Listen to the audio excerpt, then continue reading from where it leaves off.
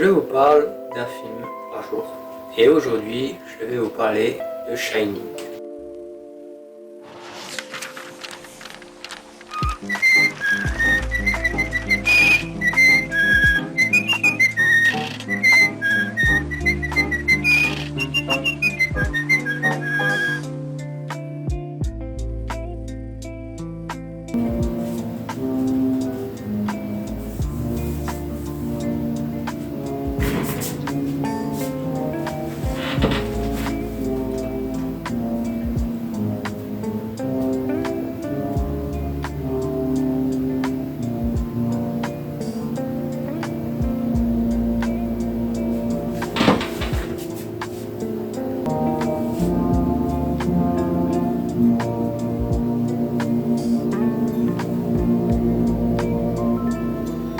Réalisé en 1980 par Stanley Kubrick, il met en scène Jack Torrance, un personnage qui peut être convié à un hôtel dans un lieu très reculé, afin d'y passer plusieurs mois, les mois d'hiver, comme gardien et agent d'entretien pour l'hôtel le temps qu'il soit fermé.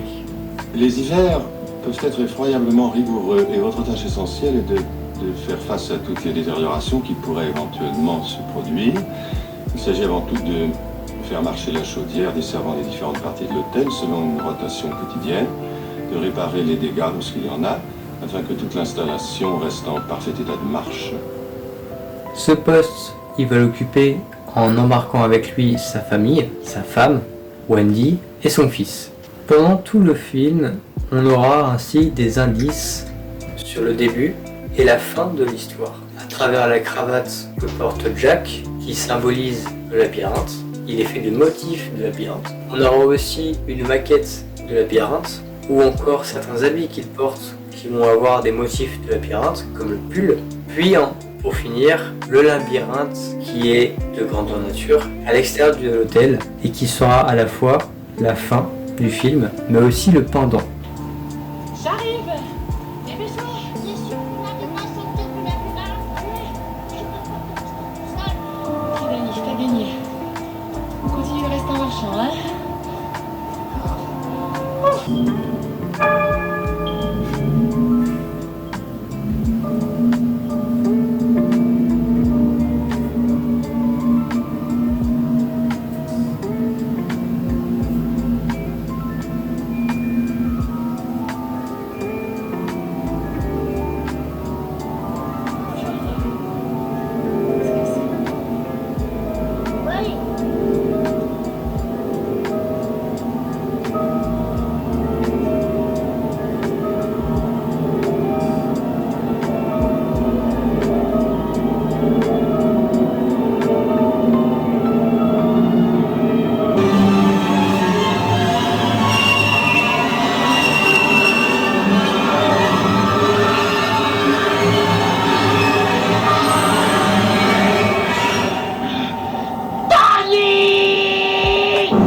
Symbolisant la perte de contrôle, la perte de boussole mentale, et donc aussi l'oubli et le fait d'être perdu, pas forcément physiquement, mais mentalement. Car comme le dit si bien le majordome, ou plutôt le patron de l'hôtel, mettant en garde ainsi Jack, le fait d'être isolé et seul rend fou. Et ce cas-là s'est déjà produit dans le passé, et va ainsi se reproduire avec Jack et sa famille. Jack est un homme qui, comme on l'a indiqué, a reçu la mission de surveiller l'hôtel et d'y vivre pendant plusieurs mois, isolé du monde et isolé de tout hormis sa famille, donc un fils et une femme. Cela va avoir pour effet sur Jack de le rendre progressivement fou. Eh bien, je puis vous assurer, monsieur Ullman, que ça ne risque pas de m'arriver. Et quant à ma femme, je suis sûr qu'elle sera absolument fascinée quand je lui raconterai tout ça à elle.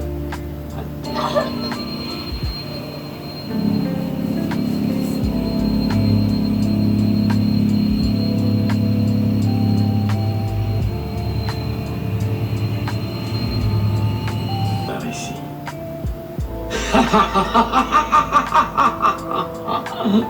C'est exact. N'en crois pas un mot. Je suis sûr que tu as des idées tout à fait précises quant à ce que nous devons faire de Danny, et j'aimerais que tu me les fasses connaître. Je crois qu'on devrait peut-être le conduire chez un acteur. Tu crois qu'on devrait le conduire chez un docteur?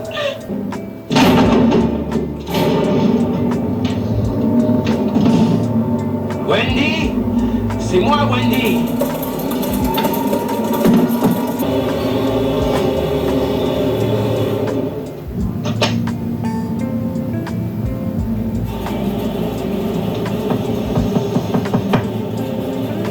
Comme la mousson, je ferai sauter la maison.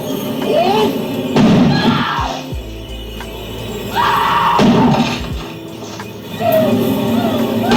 D'une part, parce qu'il est censé créer une histoire, un livre, un roman, de sa propre main, et c'est ce qu'il souhaite. Mais la folie va progressivement l'emmener vers quelque chose de totalement détourné. On le comprendra très rapidement et facilement à travers le regard qu'il portera à sa femme et son fils au fur et à mesure de l'histoire, le côté agressif qu'il va aussi avoir au fur et à mesure, et les visions qu'il va voir, telles que un majordome qui n'existe pas, une foule qui n'existe pas, un alcool qui n'existe pas, et rencontrer l'ancien tueur en série de sa propre famille, qui était l'ancien agent d'entretien qui avait exactement le même job que Jack dans le passé. Je tiens la porte un instant, je vous en prie. Merci, monsieur, merci. Voyons si nous pouvons arranger ça avec un peu d'eau, monsieur. Très bien, je vais juste poser mon bourbon et avocat en attendant. Ah, je n'en ai pas pour longtemps, monsieur. Ah. Comment vous appelle-t-on ici, mon vieux? Grady, monsieur. Delbert Grady.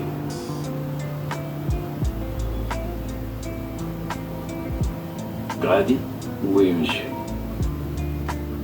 Delbert Grady? C'est ça, monsieur.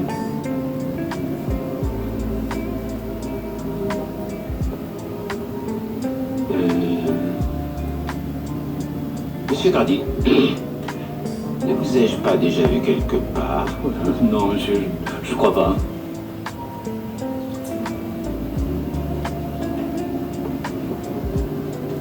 Ah, ça commence à partir, monsieur.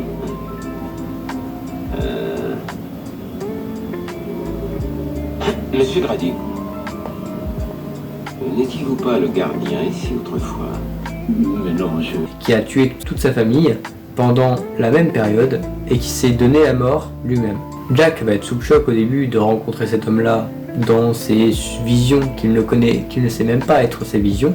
Il sait qu'il devient fou progressivement, mais il accepte cette folie. Il donne son âme au diable pour juste un verre de bière. Cette folie qu'il va embrasser et qui va le faire perdre contrôle totalement et perdre l'esprit totalement, rappellera à la fois le labyrinthe et à la fois les préconisations qui ont été faites. On aura un avertissement cependant, à la fois par le directeur de l'hôtel, mais aussi par les couleurs utilisées.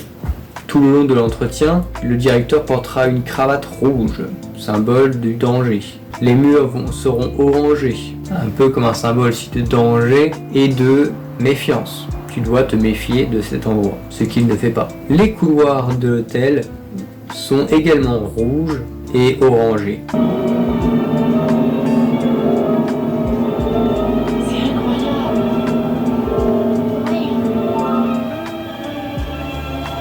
Je m'attendais pas à ce que ça soit si grand. Et toi?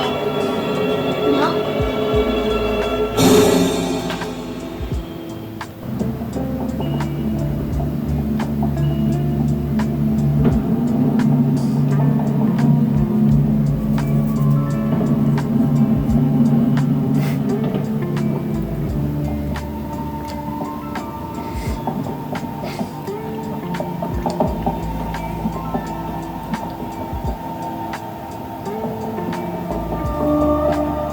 Avec des symboles de bulles, voire d'un labyrinthe, bien que pas le même labyrinthe vert avec les petites stries, mais un labyrinthe fait de ronds ou d'hexagones ou tétragones.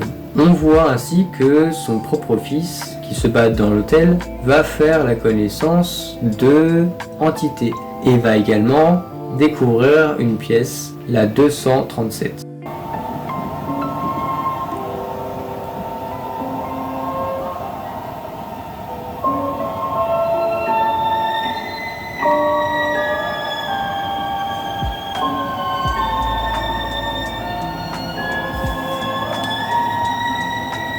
On va découvrir par la suite que cette pièce est spéciale et qu'elle renferme aussi d'autres fantômes. Que son fils, Jack, va se faire agresser par un fantôme et que sa propre famille verra également des apparitions. Sa femme deviendra folle, son fils était déjà fou et lui acquiesce et accepte sa folie à cœur joie et devient extrêmement agressif au point de vouloir tuer sa propre femme. On aura ainsi la fameuse scène devenue culte avec la batte, Wendy et Jack dans l'escalier. Tu as eu toute ta foutue chienne de vie pour t'exercer à réfléchir. Tu crois que 5 minutes de plus vont te suffire, non? T'as de moi. Je t'en prie. Ne fais pas de mal. Je ne te ferai rien. Wendy, ma chérie, éclatante lumière de ma vie, je ne te ferai rien. Tu ne m'as pas laissé finir ma phrase. Je disais, je ne te ferai rien. Je vais savoir te défoncer la gueule. Je vais te faire un grand trou par où je t'enfilerai. Ne fais pas de mal. Je ne vais pas te faire de mal. Je t'en prie. Cesse de faire des moulinets. N'avance pas. Pose cette batte, Wendy. Wendy, donne-moi la batte. Je t'en prie. Donne-moi la batte. Laisse dire. Donne-moi la batte. Ne m'approche pas. Cesse de faire des moulinets. Donne-moi la batte. Laisse dire. Wendy, donne-moi la batte. T'approche-moi. Donne-moi la batte.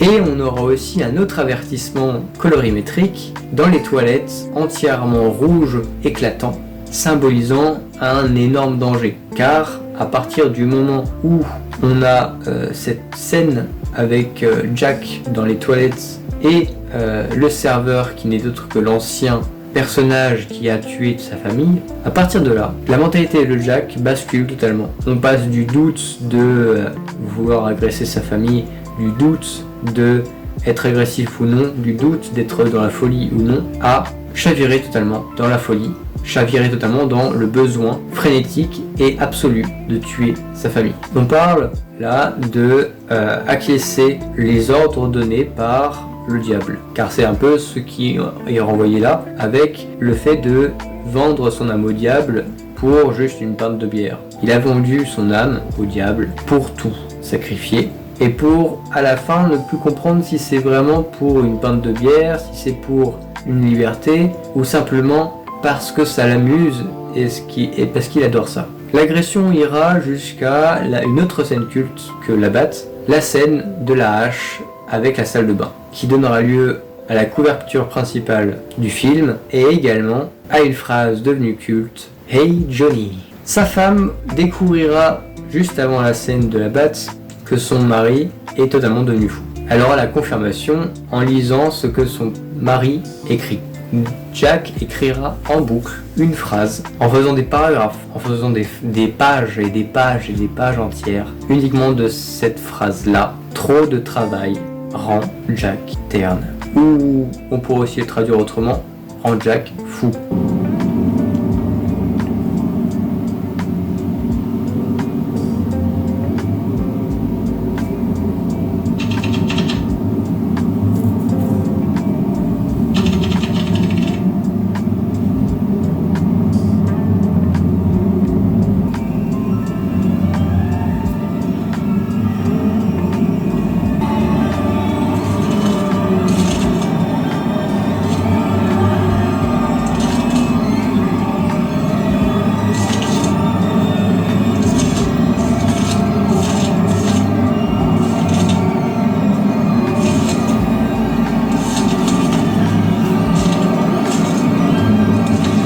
Jack s'écrit à la troisième personne, comme un fou pourrait le faire, où il se dissocie totalement de qui il était avant. Il se dissocie aussi de sa personnalité, et de ce qu'il est ou ce qu'il était comme entité. Il est devenu quelque chose comme un outil auquel, par exemple, les fantômes lui demandent d'agir, lui ordonnent d'agir, d'être plus sévère avec sa famille, et quand ils disent plus sévère, c'est tu dois tuer ta famille.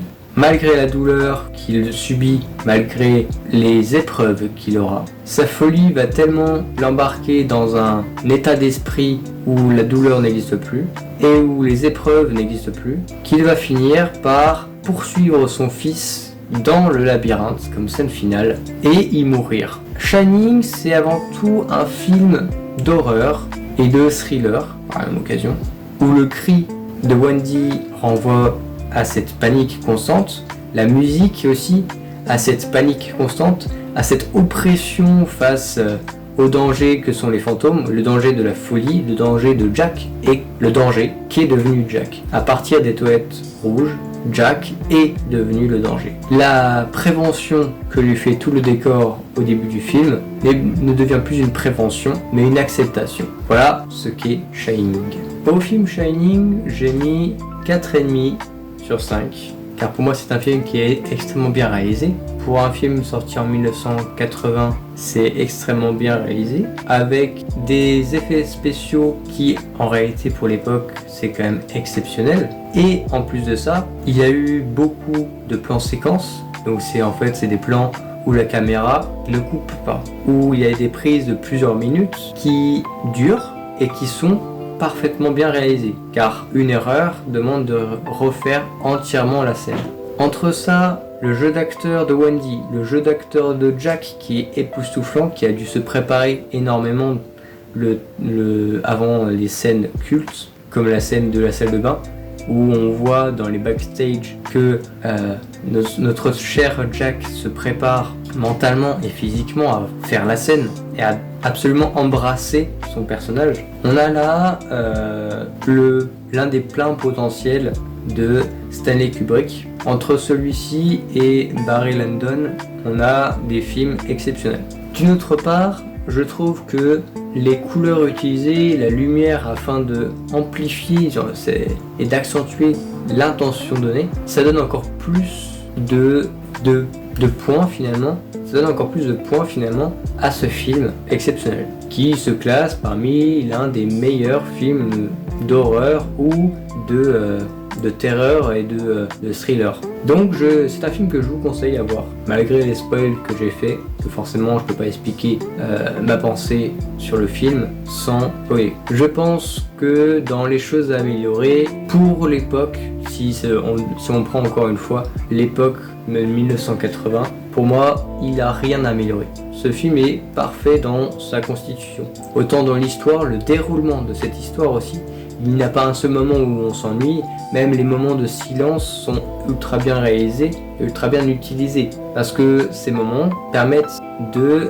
amplifier la tension donnée, amplifier ce moment de mystère et de doute qui plane, et aussi ce moment d'angoisse et de tension morale, mentale, qui plane autour de la famille. Malgré le fait qu'on a l'impression de voir uniquement 3 personnages tout le long du film, et que le reste c'est uniquement fait de figurants et de fantômes, le film a réussi quand même à devenir l'un des films les plus cultes. On en retrouve même des références dans les Simpsons sur ce genre de scène, ou dans d'autres films d'ailleurs, parce que Stanley Kubrick est une inspiration pour beaucoup, pour moi-même compris.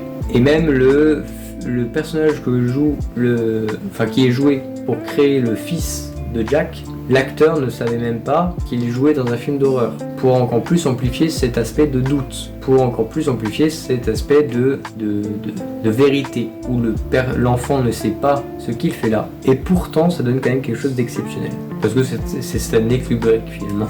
Stanley Kubrick fait toujours des choses exceptionnelles. Et voilà, même les effets spéciaux sont extrêmement bien utilisés et réalisés, encore plus pour l'époque où on n'avait pas autant d'effets spéciaux qu'on en a maintenant. Donc je dis bravo. Et sur ces belles paroles, moi je vous dis à la prochaine pour des prochains films.